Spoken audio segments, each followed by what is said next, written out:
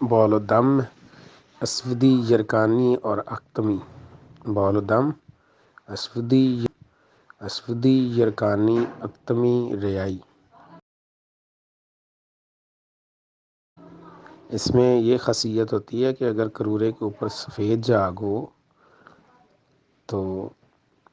کوئی قبض کی وجہ سے بھی ہو جاتا ہے، مینسز کے بند ہونے کی وجہ سے بھی ہو جاتا ہے،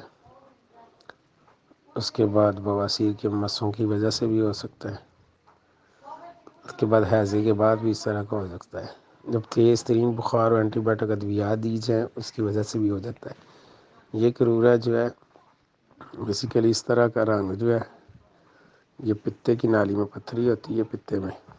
جگر جو ہے نا وہ سخت ہو جاتا ہے، تلی بڑھ جاتی ہے، پیٹ میں پانی پڑنے کی علامت ہوتی ہے، لیکن اس کی یہ گاڑھا پن جو شو کر رہا ہے یہ بخار ہے۔ تو بخار پہلے مریض کو بخار ہوا، مریض بیسیکلی اضلاعاتی گدی ہے، اس کو بخار ہے، بخار کے لیے اینٹی بائیوٹک ادویات لی ہیں، اس کے بعد یہ کیفیت پیدا ہوگی، بعد میں الٹیاں اور کوئی چیز وہ بھی چیز کھاتے ہیں وہ باہر آ رہی ہے۔ تو اس میں ڈرنے گھبرانے کی بات نہیں ہوتی۔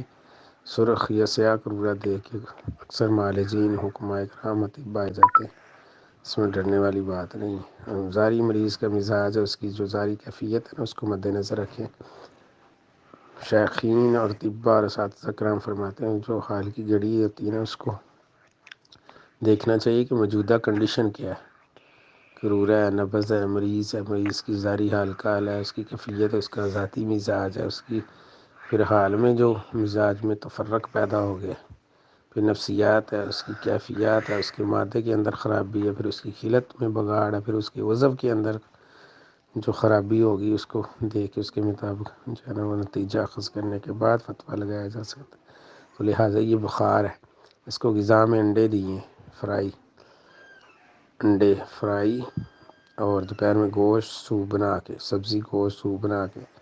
انڈے فرائی دیے ہیں سبز مرچ والے، تو